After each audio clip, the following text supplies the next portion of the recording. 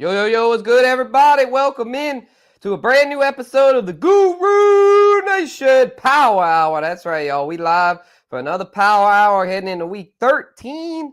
Going to talk all things fantasy football, waiver wire talk, as well as a look ahead. Going to look at which teams have favorable stretch schedules so we can prepare for the fantasy football playoffs. You know, I'll be real with y'all. That's something I've kind of struggled with the past few years. I have good teams during the year, which again this year, not to pat myself on the back, but I got some pretty fire squads. But this is a year, man. Got to finish strong. Got to get these titles, man. I mean, I've get a few titles, I've gotten a few titles past few years, but not as many as I would have liked. So hopefully this year we can change that. So we're going to look ahead to see who has good matchups for the playoffs. A lot of trade deadlines have passed, but it's still good to look at it, as far as, you can kind of plan ahead with your start sits or maybe try to pick up some people that might not be too hot right now, but maybe you could look ahead and try to scoop them up off the wire if they've got favorable stretch schedule and all that. So, yeah, we'll have more on that. And then we're going to have a very special guest for our Saints segment, Charlie Long of WWL AM/FM radio here in my home city of New Orleans, baby. 504 represent. We're going to have Charlie on about halfway through to talk all things Saints. And then we're going to cap it off with the fiery yet humble, in my humble opinion segment, where we're going to dish out all the hot takes you can handle concerning the NFL. So, yeah, let's get right into it, y'all. Guru Nation Power Hour. We live.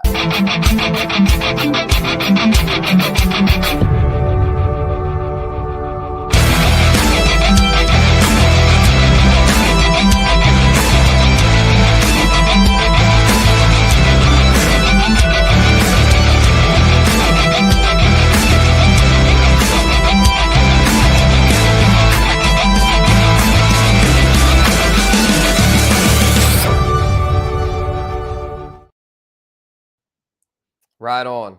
Guru Nation Power Hour. We are launched. Appreciate Miles Peacock for the intro video there. Head on over to neonpeacockmerch.com. He's got all kind of cool designs on there. Appreciate Peacock for always holding it down. Yes, sir. Yes, sir. We're live on Spencer the Guru and Gen Wealth Net, as we are each and every week. So, yeah, tune in. Show love to both channels. Hit the like and subscribe. King D. What up, King D? Our first comment. Appreciate you, brother. He's in there every week, y'all. Big ups to King D. Guru Nation. He is always supporting the nation. Yes, sir. Yes, sir. Couldn't do it without you, bro. Appreciate King D and all the other loyal listeners out there. So, yeah. Yeah, let's get this thing rolling, y'all. We've got some waiver wire talk to talk about, as well as a stock report. So, I mean, and the look ahead, the schedule and all that. So, yeah, we're going to start it off, though, with the waiver wire stuff. We'll start off with running back waivers. Just kind of run through everybody here as far as the positions. Big pause.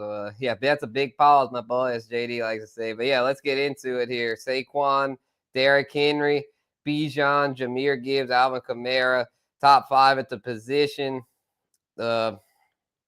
I mean, I gotta say, is other than Gibby and Bijan, I mean, the 3 of the top 5 are all OGs at the RB position. So, it's one of them deals to where if you were bold enough to take the aging running backs, you got rewarded.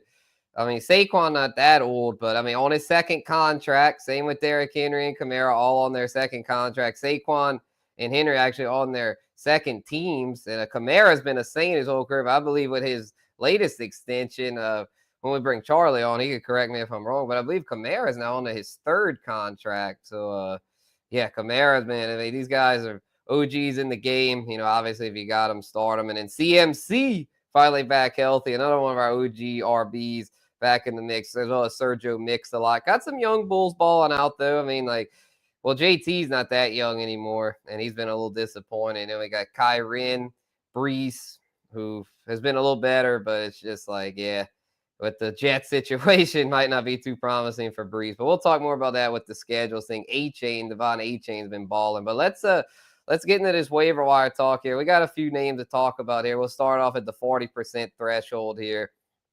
None of these names really strike me as worth adding. Estime, looks like Javonte is still the guy there in Denver, but that's an ugly situation. This is the top waiver wire ad of the week, y'all, at the running back position. Due to the J.K. Dobbins injury, Gus Edwards only rostered in 23.5% of leagues with JK on the shelf for likely at least a few weeks. Hopefully nothing too much more than that. Gus Bus looks like the guy over there. It's not going to be pretty from an efficiency standpoint, as we see here. My goodness, Ravens, though, are a good run defense, so I would think he'd do a little better this week against Atlanta. They do have a few other guys there, though. I say Gus is a top ad, but we also have Hassan Haskins, so he's probably way buried on this thing, but Hassan Haskins is definitely another name to look at there, as well as Kimani Vidal. Be interesting to see how this Chargers backfield shakes out. I don't even see Haskins on here, but Haskins has been the one that's been active. Kimani Vidal's been a healthy scratch the past few weeks, so it'll be interesting to see. I do think it's safe to say Gus the Bus will be pretty heavily involved. So, yeah, keep an eye on Gus the Bus there, obviously, if you can get him. And the other two also for deeper leagues, for those deep degenerate leagues, Vidal and Haskins are definitely worth a look.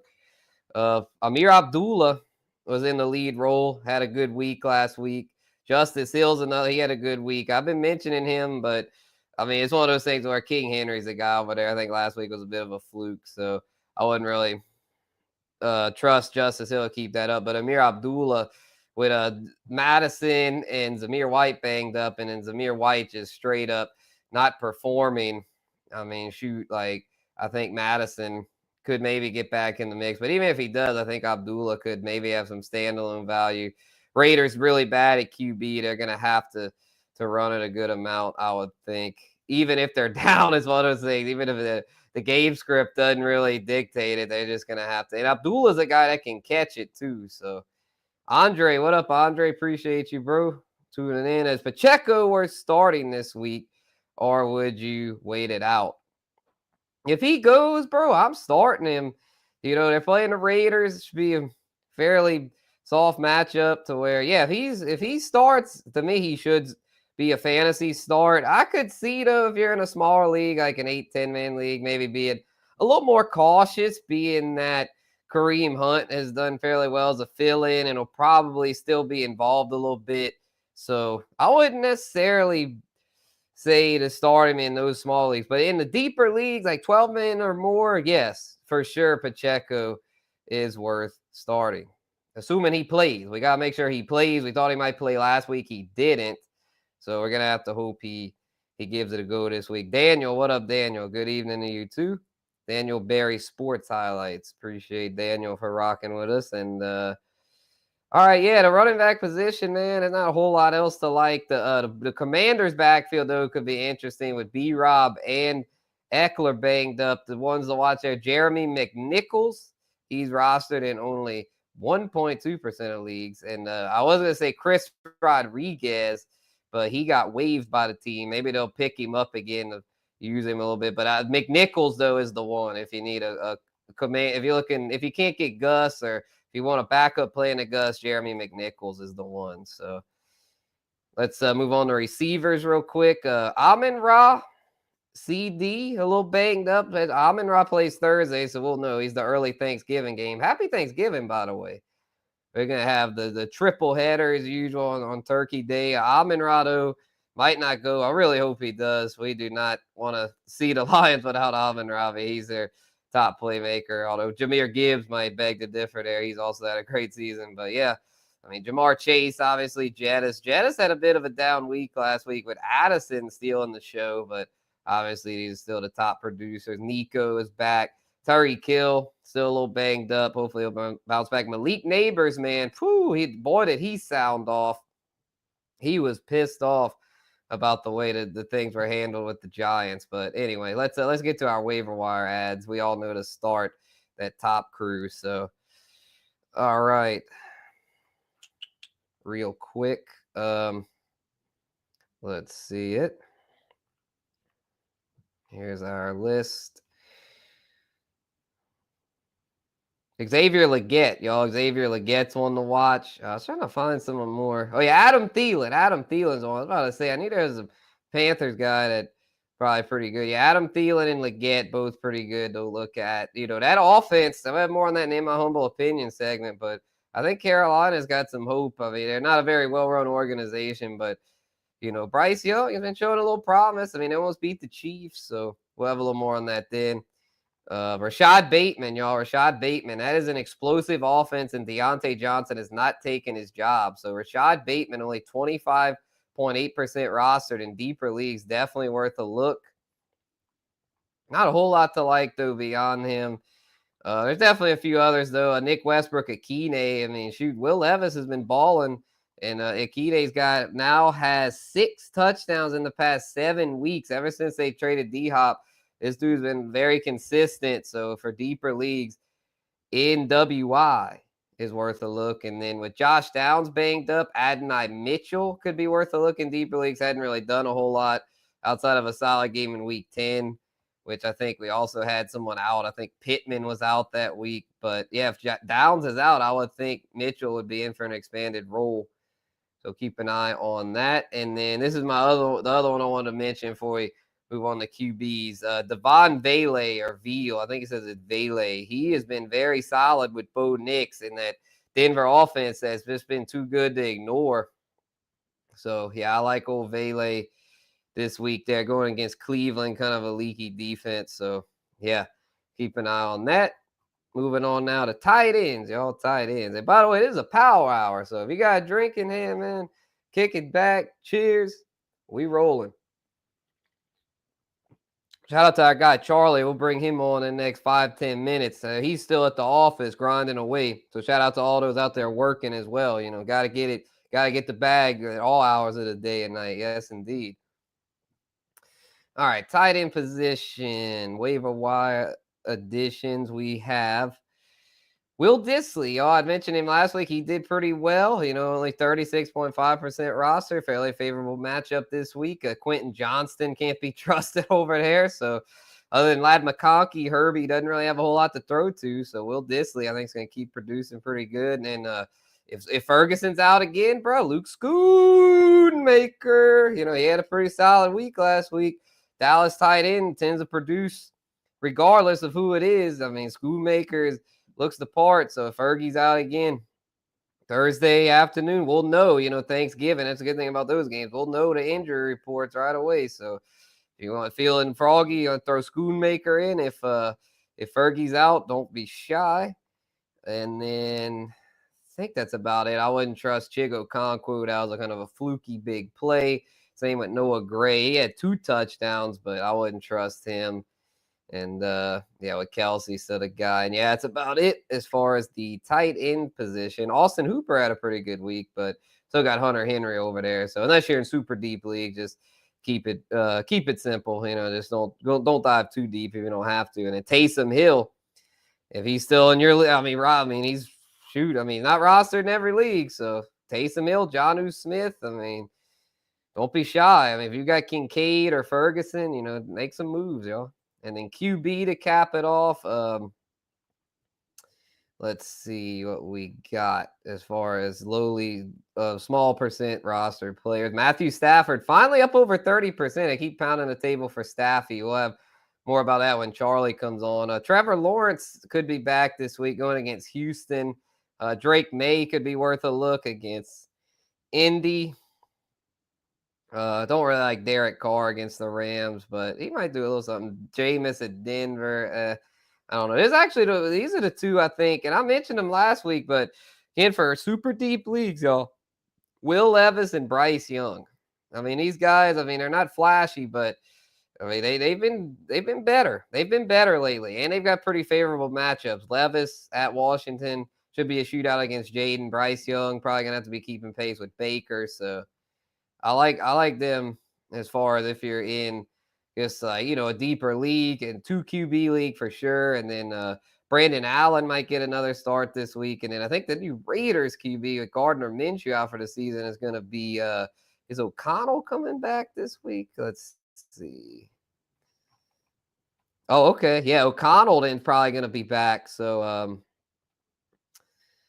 assuming he plays, then he'll get to start Friday, but if he doesn't, I would think it'll be Desmond Ridder. So keep an eye on that. If O'Connell goes, that'd definitely help our Jacoby Myers shares and such. So yes, sir. What up, Dad? We have Charlie on in just a bit.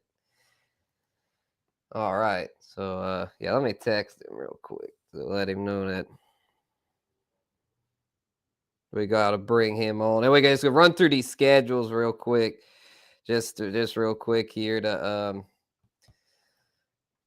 at the QB spot. Lamar is on bye week 14. Keep an eye on that. This week he's got Philly, and then for the playoffs, pretty favorable schedule. Pittsburgh's kind of tough, I'd say, week 16. But I mean, Lamar, it's like you got to start him, So let's see. Jaden Daniels has a good one week 17 for that fantasy championship if you get there. But even prior to that, he's still worth a start. Let's see.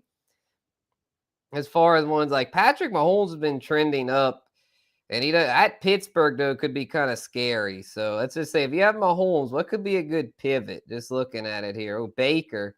But I mean, as far as deep, I mean Baker's rostered in pretty much everything. Bo Nix, wow, great fantasy championship matchup at Cincinnati. So yeah, I mean we got some options here. Anthony Richardson at the Giants. So I guess my point here is that if you're not comfortable with him, it's not like Mahomes has been handling business this year for fantasy. I mean, unless you got one of these top 5 options, like, don't be shy as far as pivoting from a Mahomes at Pittsburgh, unless he really starts to heat up here down the stretch. So let's look at the running backs here. Obviously, you're starting all these top options here. Try to find some like mid-level options that have good schedules that could potentially be league winners. The Chargers, if Dobbins doesn't get right, they've got, looks like, a pretty favorable schedule, especially at New England the last week. That's a good one.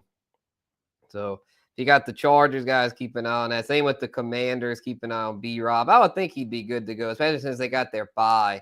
He should be good to be one of our fantasy playoff with league winners. Same with the Bucks backfield, y'all. Rachaad White and Bucky Irving. Hold tight if you have them because they've got a great schedule. Other than this Chargers matchup, all their other matchups are amazing. Carolina, the Raiders, the Cowboys, and the Panthers again. Incredible stretch schedules. So if you've got Rachaad White and Bucky Irving, hold tight, reject trade offers for them. They are in position to shine down the stretch. As far as the receiver position, obviously we're starting all our top players regardless of matchup. So looking at some ones that could have good stretch runs. Marvin Harrison Jr., he's had kind of an up and down rookie season, but this week at Minnesota is kind of tough. And he's got Seattle, New England, Carolina, the Rams. I think he will have a pretty good stretch run there. George Pickens has, the Cleveland, Cincy, Cleveland, Philly, Baltimore, KC kind of tough, but overall pretty good schedule for him. So he's another one that I like here down the stretch. JSN's been heating up lately. Got kind of a tough one against the Jets, but then Arizona, Green Bay, Minnesota kind of tough at Chicago. Not the greatest schedule, but he's one that I'd say is worth a start moving forward. And then Ladd McConkey, y'all, the laddie, as we like to call him, man. He is really blossomed here down the stretch. So just looking at it, though, trying to find some with really favorable schedules. I kind of like the 49ers stretch schedule here. At Buffalo is not a good matchup, especially if there's weather. But, Joanna Jennings, Debo, without Ayuk will be the main targets there. You got Chicago, the Rams, Miami, Detroit, pretty favorable there. None of those. The Miami's kind of a stingy pass defense, but I mean, all those other ones. Detroit's still kind of vulnerable through the air there. So, and then Khalil Shakir, he's been balling. Should have pretty favorable stretch there, it looks like. So basically, though, still just start your studs. Don't overthink it too much. I mean, if there's a matchup that makes sense, do it. But at the end of the day, y'all, don't get too cute and bench someone that's like really freaking good, like just on a hoop because someone's got a crazy good matchup. Like at the end of the day, you want to just play it smart and go with your guys that are safer bets as far as getting those money in the bank kind of points. I mean, nothing's a guarantee. I mean, especially if someone gets hurt early in the game, but we want to try to mitigate our risk if possible. So tight ends aren't as much matchup dependent. I mean, there's a few that could be kind of exploited. I do like the way TJ Hawkinson's been performing down the stretch. Looks like he's got some pretty favorable ones there. So I would, if you have him, I'd start him there for sure. He's been balling. Jake Ferguson's sneaky if he's been getting dropped in some leagues. Probably won't go this week, but then he's got a pretty favorable stretch schedule there, it looks like. So, yeah, old Fergie's son, I think he's going to do good. And Taysom Hill, y'all. Taysom Hill is now very much integrated into the Saints offense. So I like him down the stretch. And speaking of that, let's talk Saints now with our special guest, y'all. He's working back in the WWL studio, but he was kind enough to join us here this evening on the Guru Nation Power Hour. Charlie Long. How's it going, Charlie? Thanks for the transition as always, my friend. How you doing, Spence? Yes, sir. Oh, it's going good, man. I appreciate you hopping on, bro. And man, I guess to start, just talk to me about Taysom, man. His increased involvement here in the Saints offense, especially past couple weeks with Rizzy, man. Just I'm guessing that this is a trend that's going to continue. I mean, why would you take him off the field? Yeah, exactly. And Rizzy talked about that after practice today. They kind of changed up their practice schedule a little bit with Thanksgiving this week. So they're having a practice today and then tomorrow and then Friday. So they had their first practice today. Rizzy talked to the media for the first time after the bye.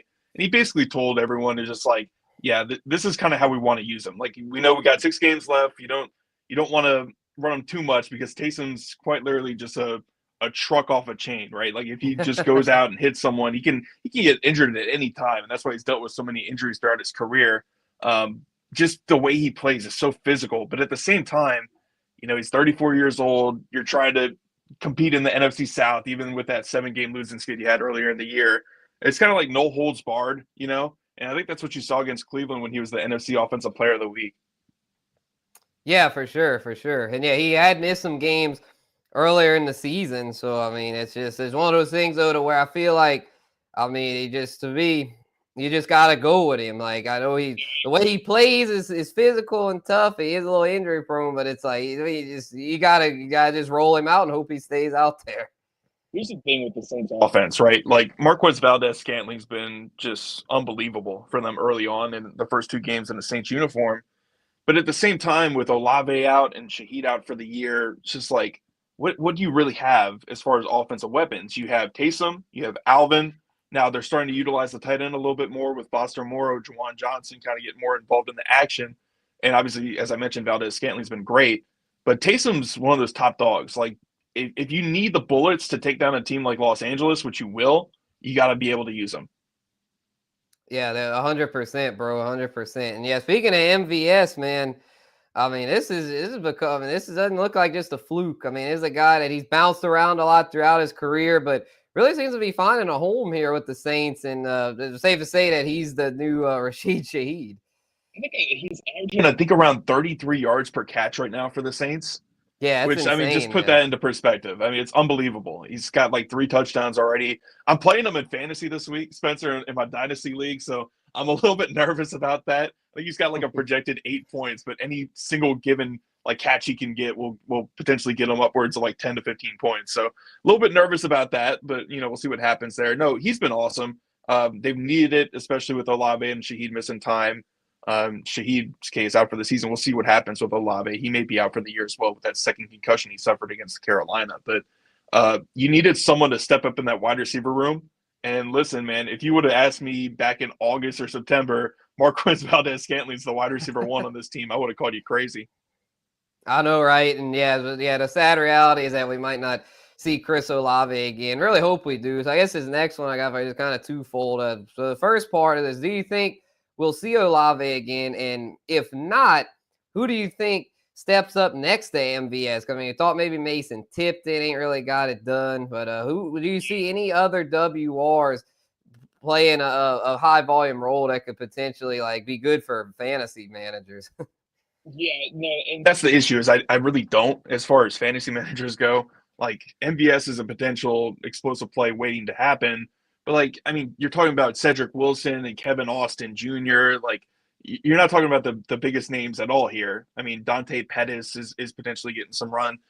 But if you're talking about the passing attack, once again, I think it's more likely that you're going to see the tight ends step up, like Foster Moreau, Juwan Johnson, into that role for Derek Carr. So as far as the wide receivers go, with Chris Olave, I think as of now, I would probably be surprised if he plays again this year, just because I think they'll be extra careful with that second concussion. It was obviously a very scary hit, very scary moment.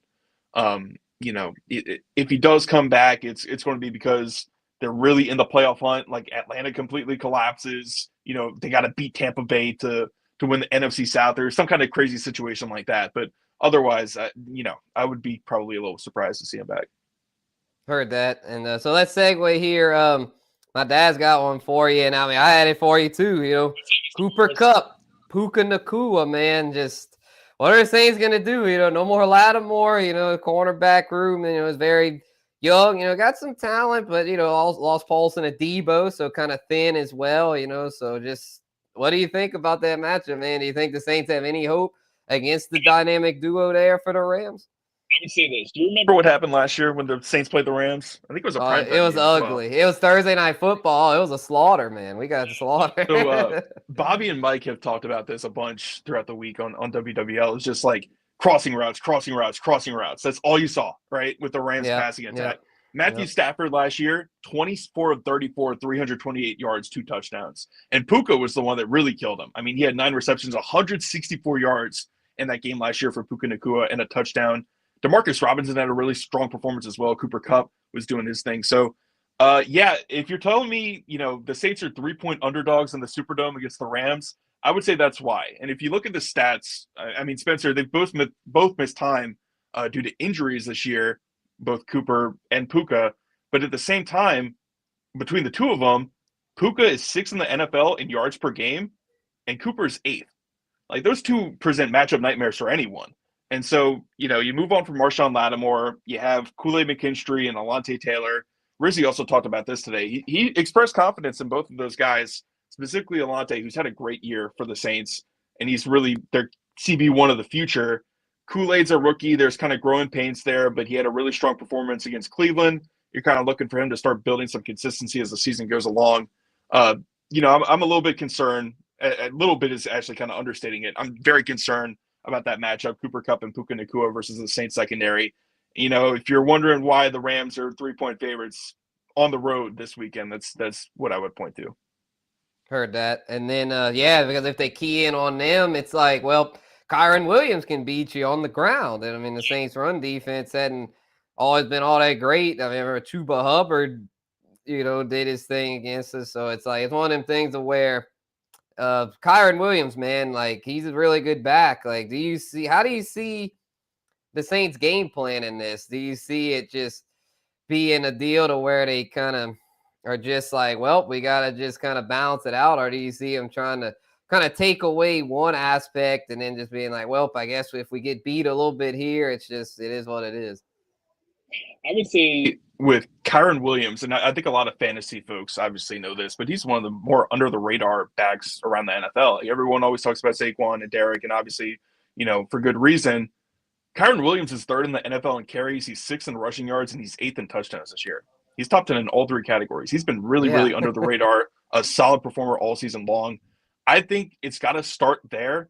And when you get into those obvious passing downs, this is what I would tell you, Spencer. It's just that the Saints' defensive line has been very inconsistent this year. In fact, it's been more bad than good. But if you can figure out how to get a pass rush on Matt Stafford and those obvious passing downs where you can get him on the ground, get hits on the old man, kind of get him down early and often, kind of make him feel uncomfortable in the pocket, which is what the Eagles did this past, the primetime game this past weekend. Yeah, that's the blueprint. That's the blueprint for taking down this Rams team. It's just like, if you can slow down Kyron Williams and get pressure on Stafford and those obvious passing downs, that's how you beat them. 100%. Yeah, we're talking with Charlie Long here from WWL Radio. They broadcast all the Saints games, home and away. So, yeah, we've got our 3rd straight home game this week. Had 2 in a row in the bye and then get 3rd here against the Rams. And, man, there's Rizzy magic, baby. 2 in a row with Darren Rizzy, looking to make it 3 in a row. So, are you believing in this Rizzy magic? Do you see this stuff carrying over? Do you think he's really got is this really been is this really been a lot with him as far as like if they'd have kept Dennis Allen? Like, do you think that it would be different? No, I don't think they would have won either of the last 2 games if they kept Dennis Allen. Maybe, if Taysom has that crazy game against Cleveland under Dennis Allen, they can I mean, that's fine. But they don't win the Falcons game without Darren Rizzy. Because, I mean, the jolt that he provided that team as soon as the announcement was just as soon as the decision was made, it was palpable in the Saints organization. So I think he's got a legit shot at becoming the Saints head coach, full-time promotion. Now, to do that, you got to finish strong. And I mean, you're looking at the Saints schedule, and they've got some games that are kind of up in the air and some games that are winnable, but then they got some games that they're going to be obvious underdogs. Like, I mean, they're going to be underdogs against Washington in a couple of weeks. They're going to be underdogs at Green Bay, but they play Vegas. They play at Tampa Bay. They play at New York. I mean, New York is a complete disaster. I heard you talking a little bit about them before I came on. Oh They've been just yeah, a mess. Malik Neighbors called him out there. We're effing soft, man. Like he's just so. Yeah. I mean, like you saw them play against Tampa Bay this past weekend. That team quit. I mean, that's the definition of it. Like they weren't trying to do anything defensively, trying to tackle, trying to hit anyone. Like it was embarrassing to watch. So that should be a win. Vegas has their issues. Tampa Bay is still kind of banged up. Washington and Green Bay, you'll be clear underdogs too, and you're clear underdogs against Los Angeles. But if the Saints can continue this, 2-game winning streak and really go on a run and make a push here in the final month of the season, Spencer, I think he's got a legit shot at becoming the Saints full-time head coach and getting that promotion. Kind of similar to what, I mean, it happened last year, like Coach Pierce with the Raiders, right? I think that it's possible with Coach Rizzi. But at the same time, if things kind of falter and this team goes, let's say, I don't know, 6-11 or 7-10 and lose the majority of their games down the stretch, then I think they'll look elsewhere. Yeah, for sure. Here's my dad's take on it. If the Saints can figure out a way to win this game, which I doubt, I think they will win 9 games. Yeah, that's the thing. I don't think this one's going to end up a dub, but hey, you never know, man. That Rizzy magic. So I guess my next question for you, Charlie, just with a win Sunday, do you agree with my dad that the Saints would then be on pace for a winning season, or do you still think that it's probably just not gonna pan out with the roster being so beat up and still got some tough tests left? They would need to split with Washington and Green Bay. And this is a Washington team that's kind of quietly on a 3-game losing skid, so I don't think it's the most impossible thing in the world. Beating Los Angeles is the first stepping stone, because after that you get a gimme game with New York. Like New York is playing Tommy DeVito. They've given up. Forget about it. Yeah, exactly. That's a team that you should walk into New York and just blow the doors off them the way that you've been playing recently. So I think you feel great about that game. But as far as Washington and Green Bay, those are the two. If you can split that, then yeah, I see that there's a path to 9 wins in a winning season, because Vegas once again has had their issues. I think they're more looking towards the draft, and obviously we know the connection with them and Shedeur Sanders and all that stuff. And then Tampa Bay. I mean, the Saints have had success in Tampa Bay in the past, so there is a feasible path to 9 wins and a winning record, which I think would likely potentially get Darren Rizzi the full-time job. But it's got to come by splitting, at home against Washington, then on Monday Night Football at Green Bay. Heard that. Yep, we'll see if they can do all that. Which odds are stacked against them, but you never know. I mean, it's the NFL. Crazier things have happened. But one more thing about the Saints here, it's gotta keep it real. Is if they do lose, in that event with a loss, as a Saints fan, because obviously the team's not going to tank. I mean, all this stuff about tanking, I mean, no one actually tanks in the NFL. I mean, come on, man. So, but just from a fan's perspective, like if you're a Saints fan, if the Saints lose Sunday, should you just hope they lose all the rest? Or do you think that it would be best to keep, winning some, in order to make Rizzi a serious candidate at the head coaching job in 2025? Yeah, you're looking to see what he can do, right? If they lose this game to Los Angeles, which, I mean, once again, they're currently underdogs to do it, I think a lot of fans would be on, the tank. And yeah, I'm kind of on the perspective, Spencer, just looking at the schedule, there's so many winnable games in here. Like, as I mentioned, at New York, Vegas at home, at Tampa Bay, that, you hope that the Saints can figure out a way to beat LA at home and then see what they can do in these final 6 games. Now, if they lose this game, once again, I don't think they're losing at New York. The Saints are going to, at worst, finish 5-12. If they lose to Vegas, they lose to Tampa Bay, they lose to if it just kind of completely falls off the rails. Because I just don't think they're going to lose to the Giants. The Giants are a complete mess. And, when you're talking about tanking, right, this upcoming draft is really weird. I've started doing a lot of looking into it. Detillier and I will do a bunch of draft preview, and, we talk about the tape and different players at the top of the draft. This is not a very strong first round. Like everyone always talks about with this draft, oh, it's not a good quarterback draft. Like it's not. Last year's quarterback draft was historic, where you have 6 guys go in the top 12, And this year, you may have like 3 guys go in the first round, but even then, it might be a little bit kind of stretching it. But it's not just the quarterbacks that are kind of down. I think the entire first round is weak-ish. So if you're looking at this Saints team right now and you're kind of hoping that they lose out and get as high of a draft pick as possible, my question to you would be, who do you want? You know what I Yeah. mean? Like who are you really shooting for in this draft? Or I mean, because it's just not like the top of the draft has some players in the trenches that are intriguing, and obviously the Saints need to build their trenches, so I can understand that perspective. But it's not like you're going out and getting like the quarterback of the future if you end up in like the top 5 or something like that. Yeah, I agree, man. Yeah, honestly, I'm to the point where it's like, screw it. I like Rizzy, man. I'm rooting for him, man. I just assume Saints win a bunch more. He is super fun to talk to. He's Yeah. very personable. He's easy to root for. And those special teams coordinators, like you think of John Harbaugh, right? The special teams coordinator that became a head coach and had all this success. And you really Yeah. hope that he can kind of potentially be that guy. But first things first, if they finish strong, I think he's going to be legitimately considered. Now, it's more of seeing how they play against LA, taking it week by week. He even like made fun of himself, talking about like the coach speak thing, where he's just like, yeah, we're just focused on the Rams and stuff like that. We're not really looking ahead to the final 6 games. We're going to take it week by week.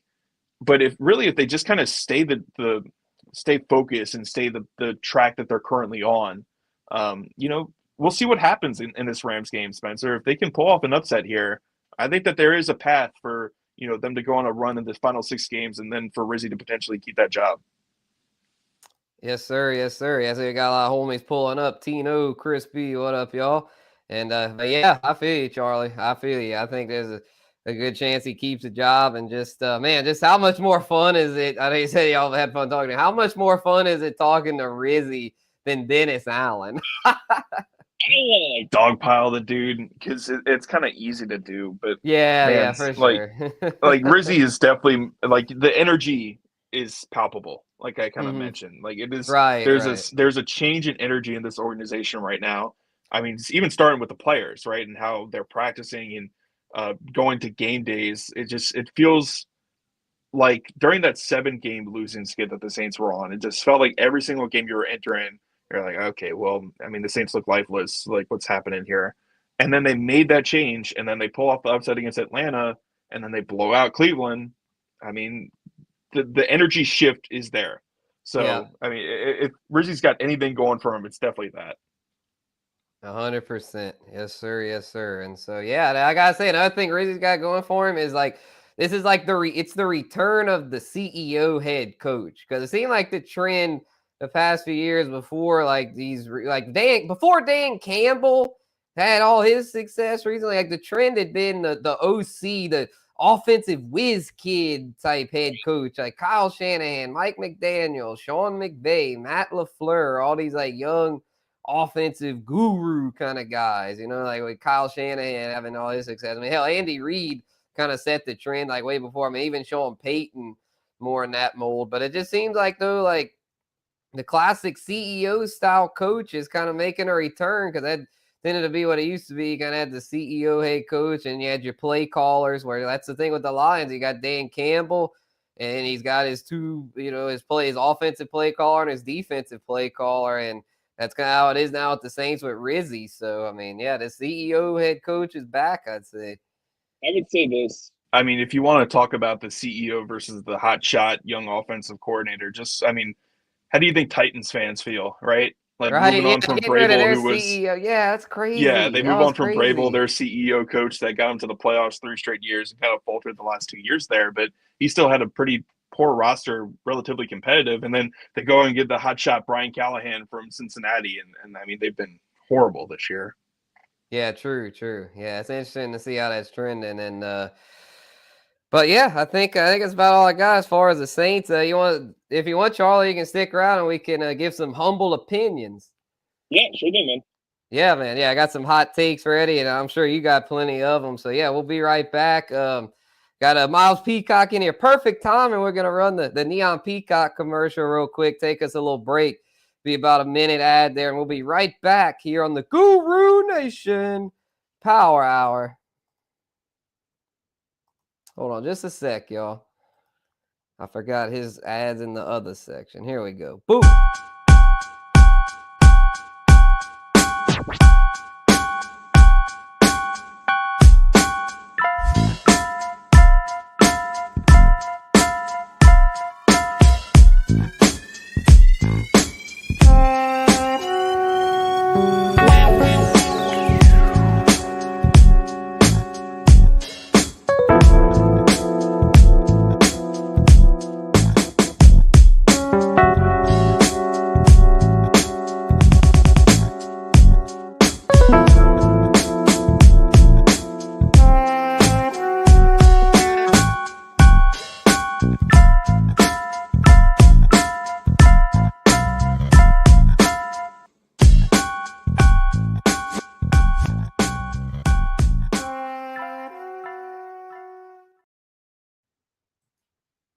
Yes, sir. That's right, y'all. NeonPeacockMerch.com. Go check it out. Y'all just saw all the drip there in that promo. Yes, sir. Yes, sir. So, yeah. All right. Transitioning, shifting gears now to in my humble opinion, how this works for those that are new and just tuning in, and for Charlie, his first time on the Guru Nation Power Hour. How this works is I just give, we just take turns giving what I like to call humble opinions, which are hot takes, but try to calm down a little bit after giving them. I'm like, for example, like the Saints are going to make a run and go to the playoffs, in my humble opinion, so we don't get too crazy with it, but we want to bring the passion, bring the energy. So, yeah, you feeling that, Charlie? Yeah, let's rock and roll. Yes, sir. All right, man. So I guess to start, my first humble opinion, y'all, and this stuff aggravates me every year. All the NFL MVP talk, man. Every year they switch gears. Oh, it should be this. He should be MVP. No, it should be Josh Allen. No, it should be Lamar Jackson. No, Patrick Mahomes. Oh, they always it's like every week it changes, man. But this is how I see it playing out. Just to cut all the BS and to keep it simple here. Usually how it goes is that they usually give it to the player, the quarterback, that is, the quarterback on the team with the best record, as long as they've got very strong statistics. Last year, what happened was Lamar Jackson won it. And yes, he had a great season on a really good team, but statistically speaking, Josh Allen was just as good or better than Lamar Jackson.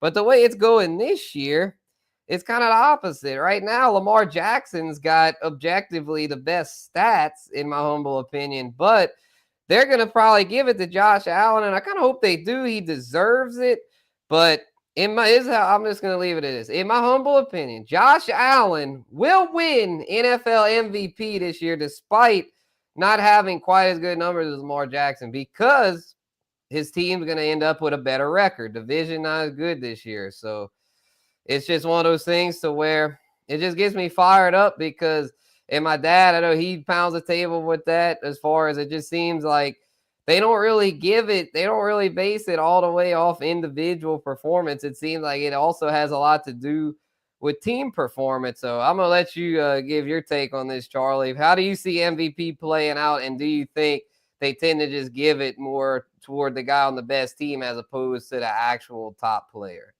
Here's what I would say. And Mark Schlereth made a great point about this when he was on our show earlier today. Derrick Henry and Saquon Barkley are not giving enough respect for the MVP award. I know that it's just a quarterback award at this point, but just look at what those two guys are doing, man. And they're getting up there. I agree, man. Especially like Saquon's been lately. Yeah, exactly. I mean, this performance that Saquon had basically the past couple of weeks, I mean, the showing that he had against Washington and then against LA. Yeah, I mean, listen, they're both going to be competing for Offensive Player of the Year, which I think is really unfortunate, because you could really make the argument, either one of them could win MVP. Yeah. But it's a quarterback award, so I think, they'll probably give it to Josh Allen or Lamar Jackson, either one of them. I love Josh Allen. He's my favorite quarterback to watch play football right now. So I'll say I'm biased there, but I think right now, yeah, best player on the best team, I would give it to Josh. Yep. Yeah, that's the way it seems to go. I mean, that's the way it seems to go. And Peacock's got a humble opinion for us. I still think J.J. Watt should have won it over Aaron Rodgers. Oh, yeah, I think he had that year where he had like 20-plus sacks. Yeah, it's a quarterback award. And so it's unfortunate, because I think, you're seeing the season that Saquon's putting up. If he gets up to 2,000 yards this year, he deserves recognition for it. I don't know if he's even going to sniff it, though. I think he's going to be Offensive Player of the Year instead. I know. Yeah, really this is really what it is. Man, just cut the BS, the NFL. Like, make it to the MVP is the MVP back award. Yeah, MVQB, most valuable quarterback, and then the MVSP for Offensive Player of the Year, most valuable skill player. Something like that. That's really how it'd be. But yeah, it's just kind of tough. And then the AFS facts, Chris. But yeah, the defensive players again. Yeah, I don't know if there's really it's all right. Like TJ Watt, I know is having really good. Are there any defensive players that have stood out this year, Charlie? I My bad, y'all tend to overlook the defense. That's do a lot of us. So, what have you noticed any defensive players? 3-sack game against Pittsburgh this past week, and that was after Taliesin Fuaga shut him down with the Saints. That was pretty awesome. We didn't really get to talk about the offensive line. Yeah, Myles Garrett. Yeah, Myles Garrett's an interesting one. TJ Watt is probably leading the odds right now. It's almost kind of similar there, Spencer, because you don't see cornerbacks really get Defensive Player of the Year awards that often anymore either. It's mostly like the best edge rusher, the best defensive lineman, the guy that gets the most kind of the gaudy numbers, so to speak. Yeah, exactly. Yeah, who can get 20 sacks? So if you get 20 sacks, that's what you're kind of seeing.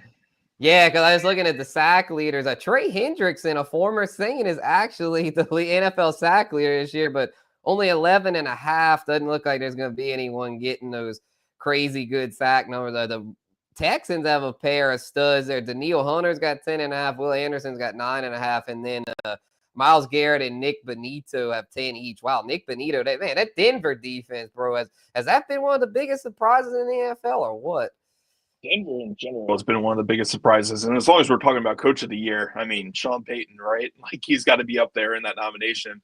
Denver entered the year, Spencer. I think you'll remember this. They had a 5.5 over-under win total via Vegas. And they've already surpassed it. And they're in the playoff conversation. That is a team. 100%.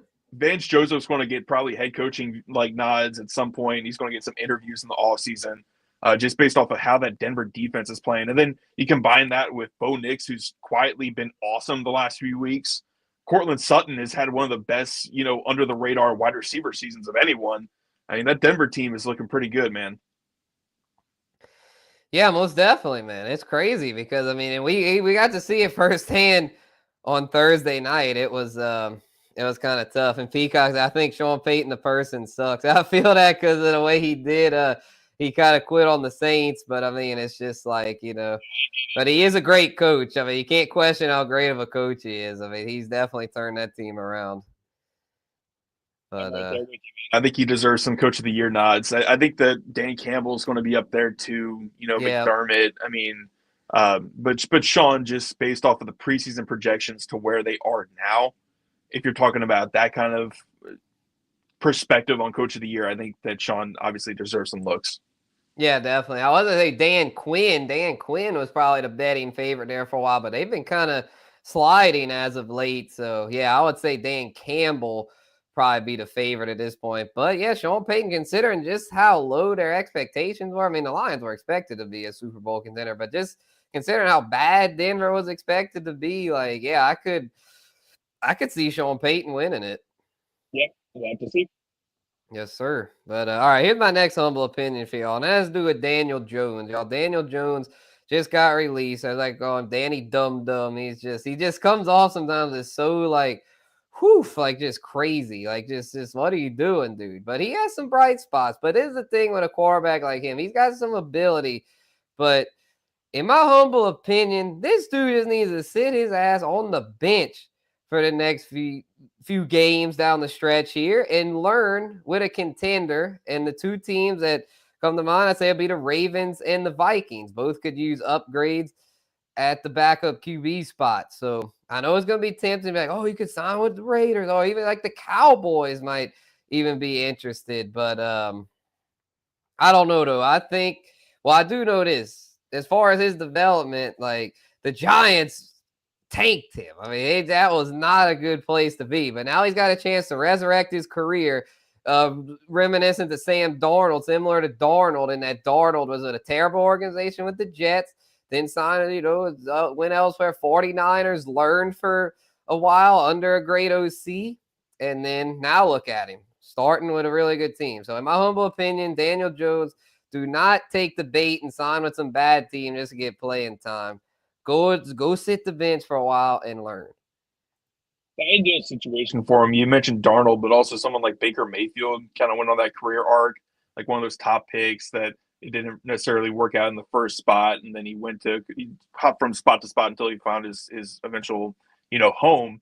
And it's going to be interesting to see what happens with Darnold. I think that he's going to get paid by some team in the offseason. I don't know if it's going to be Minnesota.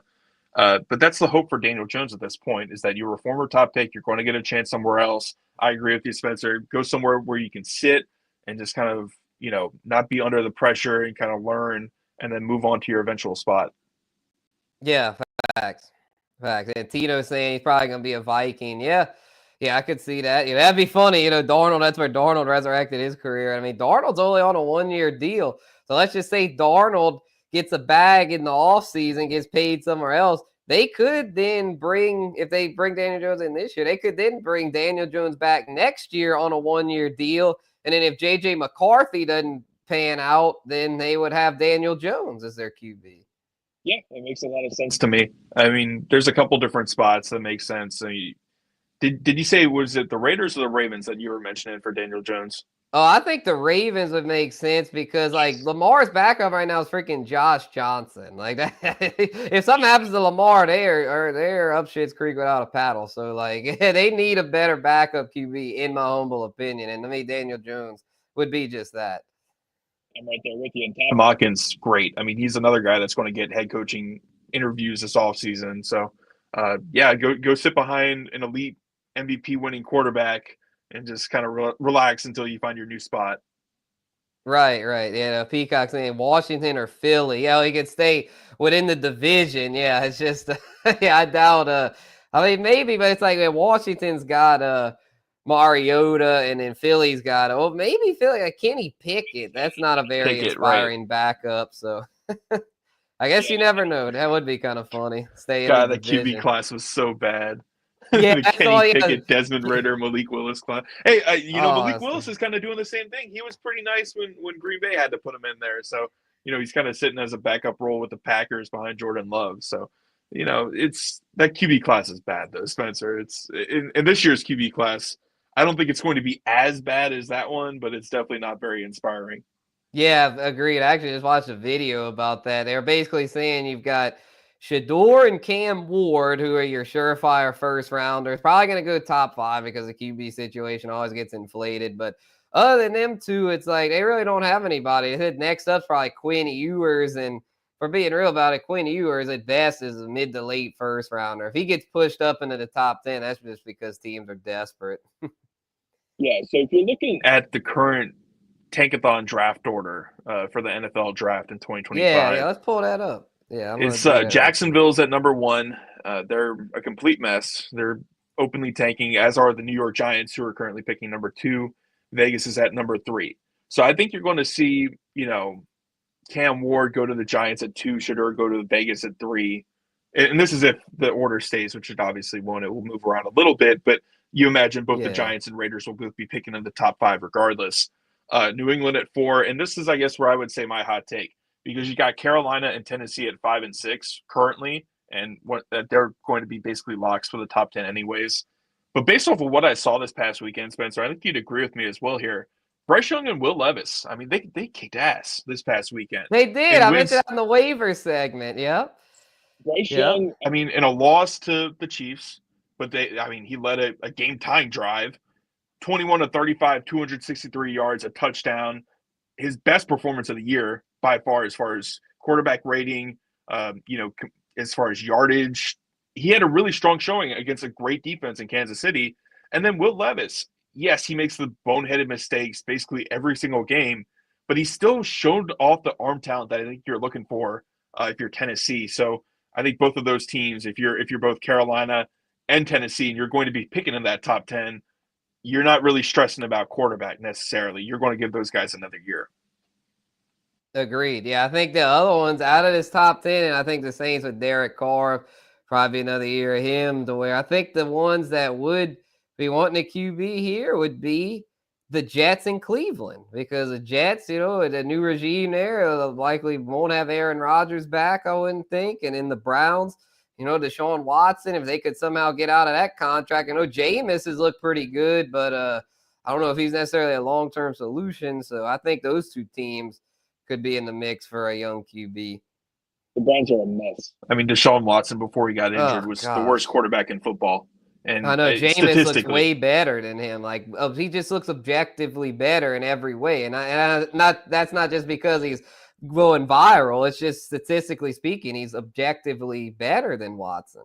Watson once again was the worst quarterback in pro football before he suffered the injury. And they were sticking with him through thick and thin. And you see what Jameis has accomplished with this Browns roster.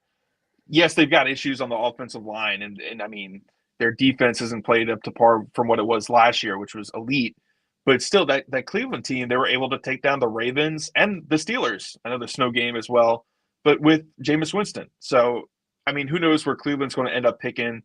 They're in a really interesting spot where they do need a young quarterback, but this is kind of the year, right? Like if you're looking at some of these quarterbacks, you're potentially going to be taking a guy on day 2 and just having him sit and learn and develop and not having to throw him out in the fire.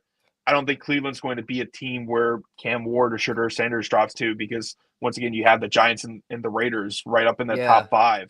And I think that's where those two QBs will end up. And as you mentioned, Spencer, there's not really a QB3 that's worth picking that high in the top 10. I don't think so.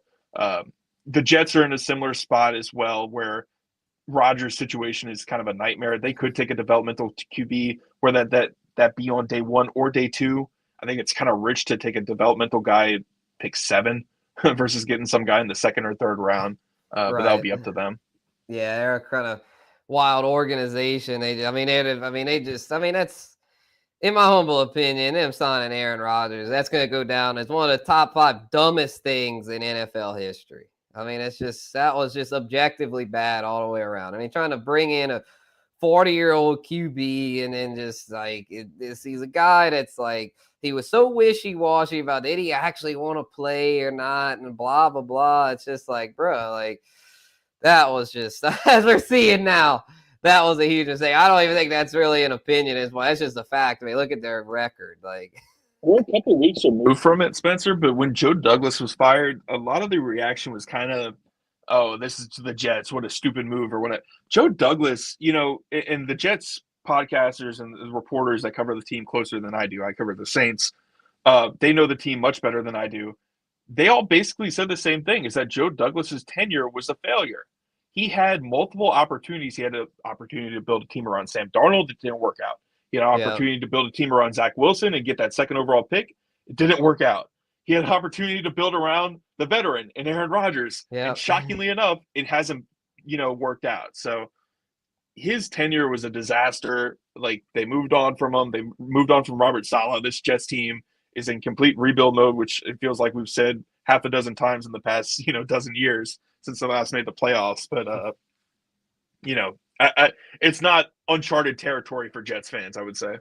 Yeah, it has been a mess for a while. Yeah, maybe whoever the new GM will be will help them out, get them going. But, it's tough. I mean, like the Lions, never give up. If you're a diehard fan, never give up. Hell, as the Saints, the Saints had a lot of down years prior to Sean Payton. And, the Lions still haven't won the big one, but maybe they will finally under Dan Campbell. Their window's definitely open. So, speaking of a team that's... Of course, in the NFC, right, between Detroit and Philadelphia. Yeah, like maybe one tight. Of those wild card teams like Green Bay or Minnesota could shake things up. The NFC West is a mess.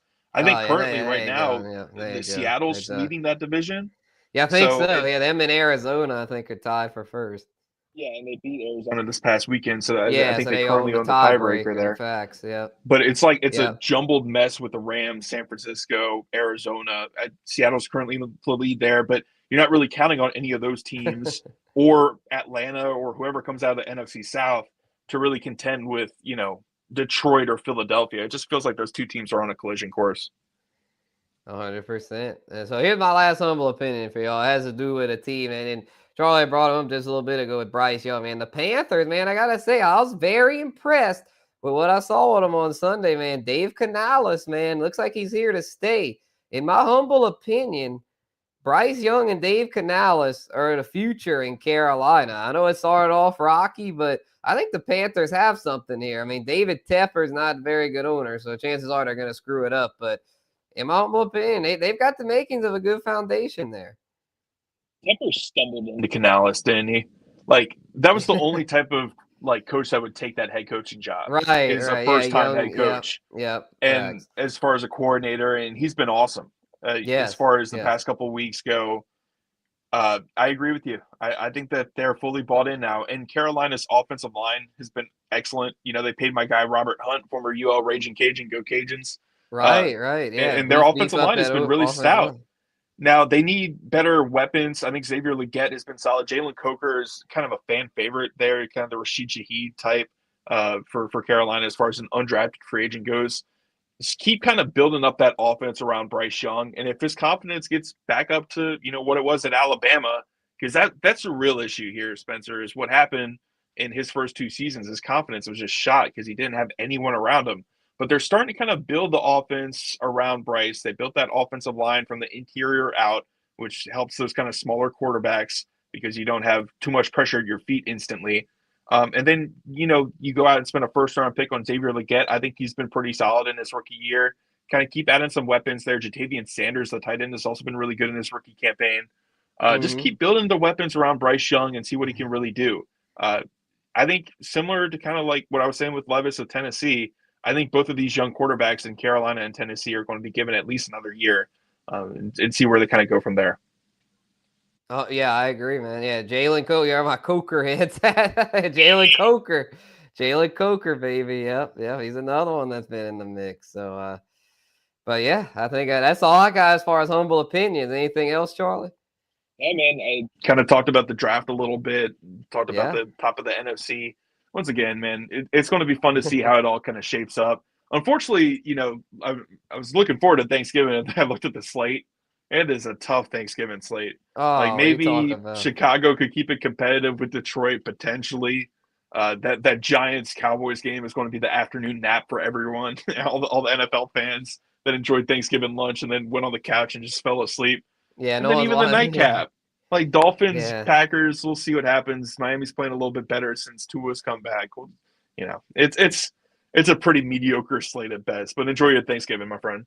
Yeah, you too, Charlie. Yeah, that one. I think that evening game might be pretty good. Miami's definitely got a lot to play for, and I don't know, Jalen Milroe's stock definitely took a hit after that embarrassment against Oklahoma. I think he'll still be at least a second rounder, but man, I don't know. He's just a little too. He's got upside, but I don't know if he's going to quite be like one of those top picks. But he might be the QB3, which is just kind of an indictment on how this QB class really is. Like, even then, it's kind of tough. It's kind of like a first-round pick, borderline guy. Like, if the Jets or Cleveland take him in the top 10, take him at your own peril. I think it makes more sense for the Jets, in all honesty, to make that type of move, especially if maybe the Jets might take a chance. Yeah. Even then, I'm a little bit hesitant on taking Jalen Milroe in the top 10 based off of what I've seen from him. It's like the highs are so high with that kid, but then the lows are just – I mean, you saw what he did against Oklahoma, Spencer. It's a great point. He's probably – if he's a day one pick, I would use a later first-round pick on him and not a top 10 pick. Yeah, for sure. Yeah, I just think he's kind of – yeah, I mean, we saw Anthony Richardson soar up the board, but I mean, he's just like such a freak athlete. But that ain't working out too good for Indy. Yeah, he's another one like high highs, low lows. Exactly. That's what it kind of made me think of. You're saying that with Miller, high highs, low lows. But yeah, man, I think we hit the hour, over the hour now. So luckily, unlike with WWE, y'all got a hard break. We kind of let it go, but we're trying to be a little more structured here with the Power Hour. So let's put a bow on it. And thank you very much, Charlie, for hopping on. Really enjoyed chopping up with you, my friend. All right, brother, be good. Yes, sir. You too, man. Yes, sir. Charlie Long, baby, very special guest here on the Power Hour. Good friend of mine. We went to college together. And, always enjoy chopping up on him. So, let's put a bow on it, y'all. Power Hour. Good episode here. We'll be back next week. Same time, same channels. Yes, sir. Yes, sir. 8 o'clock Central is our new time here. Rest of the way. We're going to power through, y'all. Let's get these fantasy championships. And, hey, maybe my Saints can surprise me and make a playoff run. Peace out, y'all.